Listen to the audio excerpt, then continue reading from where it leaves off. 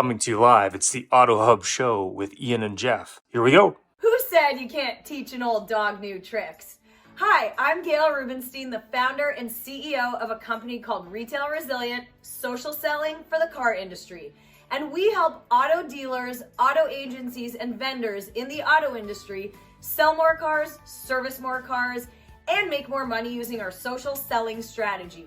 That includes TikTok, Instagram, Facebook, LinkedIn, and anything else you can think of.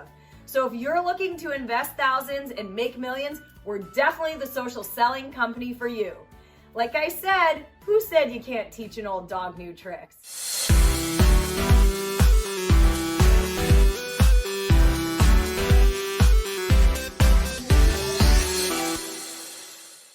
I was at Larry Pullman's seminar.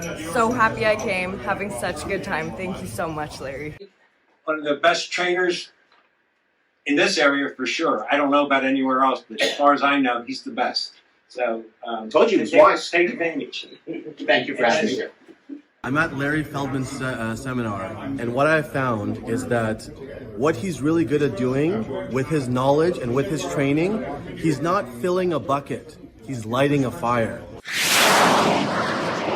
Ways to improve. Every month we want to improve better on what we did the month before, maybe the year before. It's about how fast we can get the cars done with quality work to get it to the front line, because that's where we make our money. And the bottom line is the longer it takes, the more money you spend. We want to get it down as low as possible. Right now, like I said, we're in a great stage. We're at 4.5 days.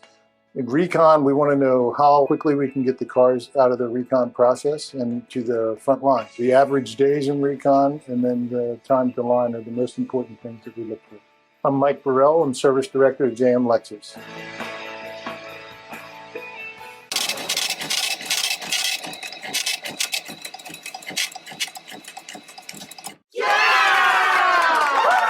Hello, this is Ian. And this is Jeff. And we're here at Franchise Dealers Are Cutting the Fluff for the donut. What's the background for the donut thing? I'm just curious. I think it's just basically saying that instead of having your rep come by and drop off donuts, like actually add some value. You mean they do that? Yeah, well, it's kind of a thing that they've been doing for a while. I don't understand what we're talking about. So these big donuts, is there like a correlation or something? Well, we do like our agents. However, sometimes with the dealers looking forward to getting some new F&I products, a lot of times, what is the rep actually doing? So we're saying, hey, drop the donuts and actually get some valuable training at your store level. So we just rolled out TruWarranty, which is a university course level for dealers to be able to go through, teach themselves about our products, how to sell it, how to overcome objections, some really value-added content for our dealers to be able to kind of self-educate. And then if they want to go direct to TruWarranty, we've rolled out that model. They can essentially just get all their products from us, not have somebody in the middle. And it gives them that opportunity. Some dealers like their agent, and we're happy to keep them. We have a lot of agents that we really like. But for other dealers that just want the product, that know that they have the quality person at the store level, maybe they just want to have the savings be the benefit instead. So curious, how did you start doing that? Like, how did you, for a little bit about the history of the company? So 15 years ago, TruWarranty started, and it was more or less we're a formation company working with other TPAs, creating the reinsurance, the CFCs and CFCs for them. And I think what Garen, our CEO, did was kind of saw the greatest hits playlist from other administrators. Yep, the best contracts that other administrators had. So we saw some of the follies, some of what they did poorly, what they did really well, and we kind of took the best parts of that and created our own program. And then the evolvement of the direct program and TruU was a lot of our dealers reached out to us and just said, I would really like to have your product, but I'd like to do it in a direct way where I'm talking to you. I don't want to play a game of telephone cup sometimes with an agent or sometimes a sub-agent of a sub-agent. And that really helped us out quite a bit. And we had to follow what the people wanted, right? People said, I want a direct model, so we went forward with that. So give people what they want. That's a good. It's a weird concept, it works. Well, just so you don't know, Jeff, just in case you don't know, Jeff is a car dealer himself. Oh, awesome. So maybe he has a car dealer-centric question. Yeah. That's a centric question. Yeah, like one from a car dealer's perspective. Like putting your dealer hat on. I know you're a co-host, but I'm just curious. We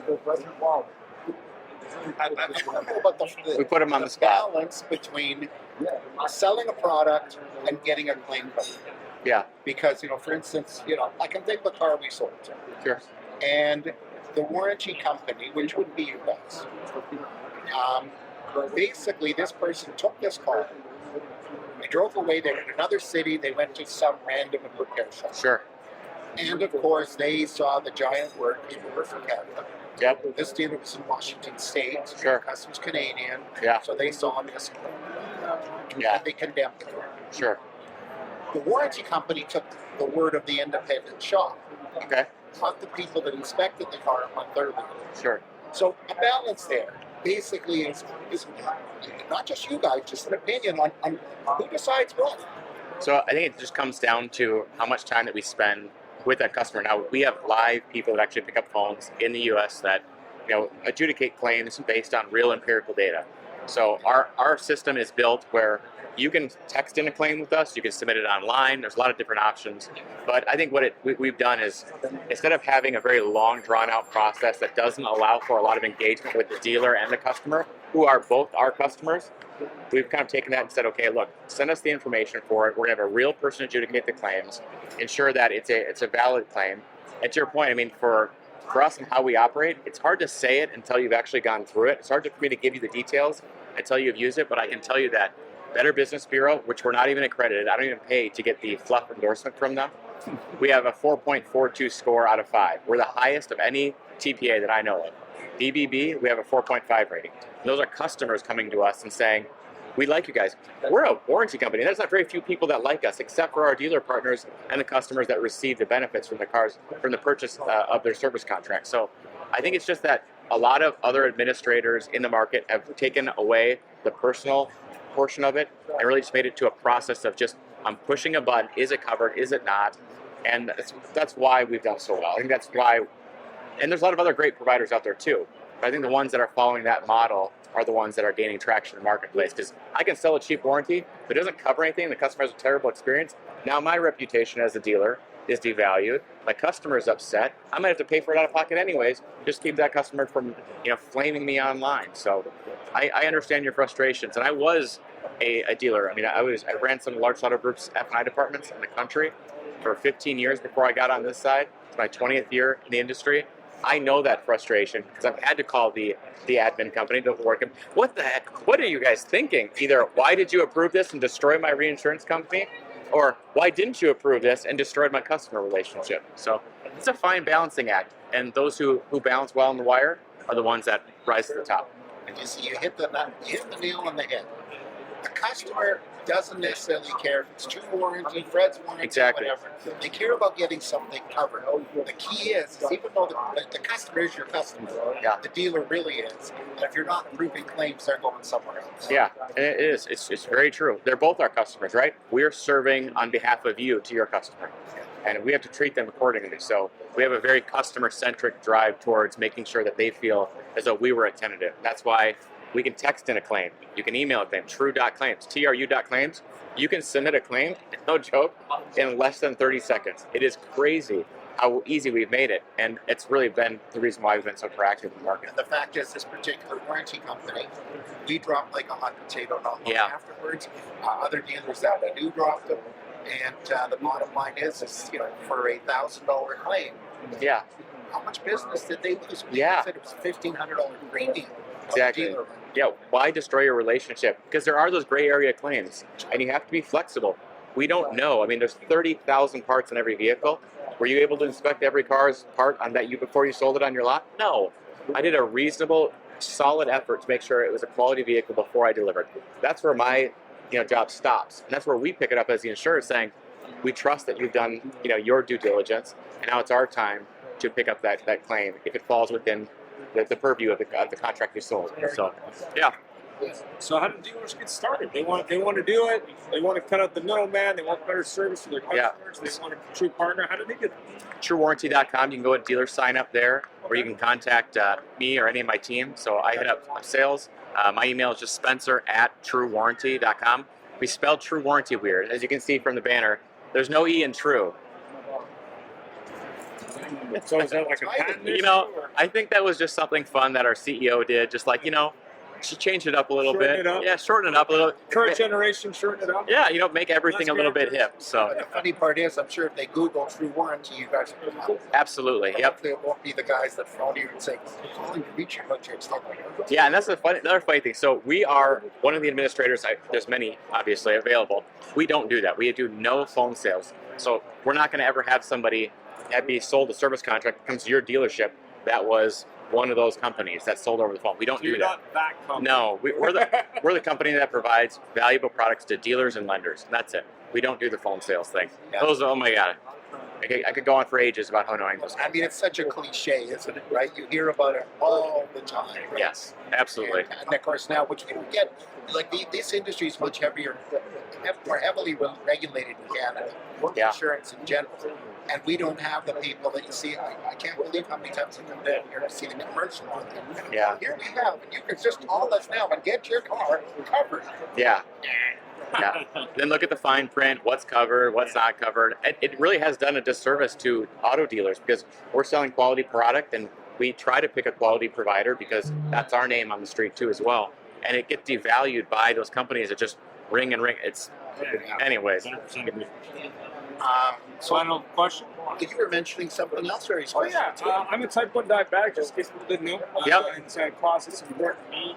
Recently did an event in Vancouver called Pup Good Time for raising money for children with type 1 diabetes. And I know Yeah. you're diabetic yourself, so maybe you could share some. Yeah, actually, if you got it, I'm type 1 diabetic too. I got my patch on. And so a couple of months ago, I really wanted to be able to give something back. And it was more or less not just something monetary, but I wanted something thinking about when I was diagnosed with diabetes at 12, how scary it was, and not to have a whole lot of information on it. And I used to write code in my younger years, and I decided I wanted to create a video game for type 1 diabetics to be able to have something like, if you're recently diagnosed with a terrible disease, you have to manage your entire life, give them something that can help educate them, be something fun, help them, something that they can play with their friends, so their friends understand, like, what is this that my friend has? How can I help him? What happens if he has a low blood sugar? And it was a passion project for me. We're launching it, pre-orders this next month, and 100% of the profits are going back to type 1 diabetes research. So it was If someone something. wants to sign up, how would they do that? So Or get the game or donate Yeah. money. So we don't want any donations for it. I'm actually fronting 100% of the cost myself. Well done. So we didn't want any backers from it because I didn't want anybody else to manipulate it. I didn't want money from drug companies. Right. We just said we're going to create this product. It's going to be available to anybody who wants it at cost. And if somebody did want to order it retail, just say you're not a diabetic, but maybe you want to order one.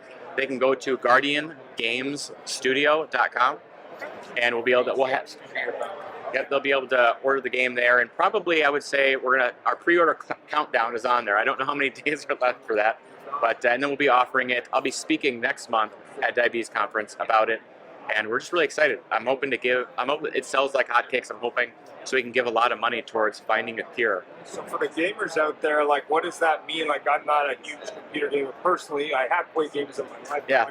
Like, if they're wanting to get it, is there a certain console they need? Is there a certain That's a great question. So we'll have it on itch.io, Okay. we'll have it on Steam, and then we're actually producing it on Game Boy. So you'll be able to, if you have an old school Game Boy, I don't play it on Game Boy. Game Boy Color, Game Boy Advanced, all those will be available for all those 3 systems. And we did it as more of a retro feel, so it's kind of like a side-scrolling Mega Man type game, and it's really fun. It's really cute. It's Diabetor and the Sugar Monsters. It's called Diabetor and the Sugar Monsters. Diabetor and the Sugar Monsters. Kind of a fun thing. I just thought, and you got a little guy, he shoots his little insulin. It's a fun deal. So I have to make a note of that. My daughter's boyfriend, they're not that young that they're that kind of gaming, but they'll promote the idea of it. Diabetor and the Sugar Monsters. Diabetor and the Sugar Monsters. That's awesome. Monsters, excuse me. Yeah, there's a lot. The whole thing is you are the insulator, which I know, how cheesy is it? But you're the insulator. It's like the Terminator, but with insulin, and you're basically attacking high carb and sugar foods, and you're keeping your blood sugar in range. Just a fun thing that I wanted to do to give back. We're in the car business. Cheesy is good. Yes, cheesy This sells. is the home of guys smashing windshields and dogs and lions sitting on the hood of a car and everything else. Cheesy's good. We've got Mr. Wavy Man. What the Yeah, hell? I remember the Badger. like the car badge. Oh my God. There was Is that- someone selling, they were making those dolls, and Yeah. they were buying them like that, like they're facsimile.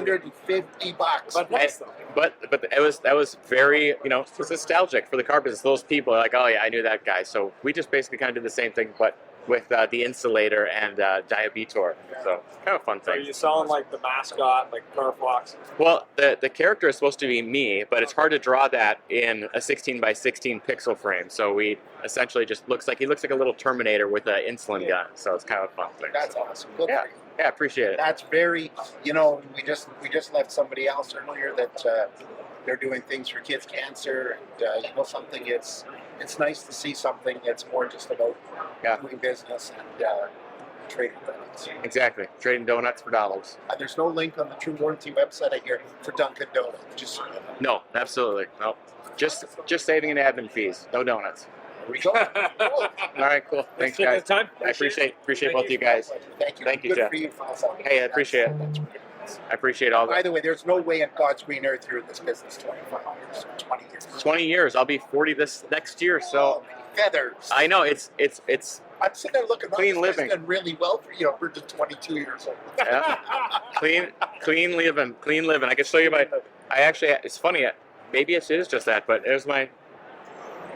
He carries it with him for You proof. can- You get ID'd if you go somewhere, don't you? I last night I did. They got, you know, like everybody's at the table and he gives it to my app. I'm like, oh, sorry, okay. So it's a good thing. Good thing. Good problem to have. You know, my oldest daughter's 31 and she gets ID'd all the time. And when she was old enough to drink easily, her 5-year younger sister didn't get ID'd, but she got ID'd. Yeah. Good problem to have. So thanks, guys. I appreciate the shout out for the game too. I hope it helps a lot of children. Awesome. Awesome. Thanks, guys. And then, okay, let's see.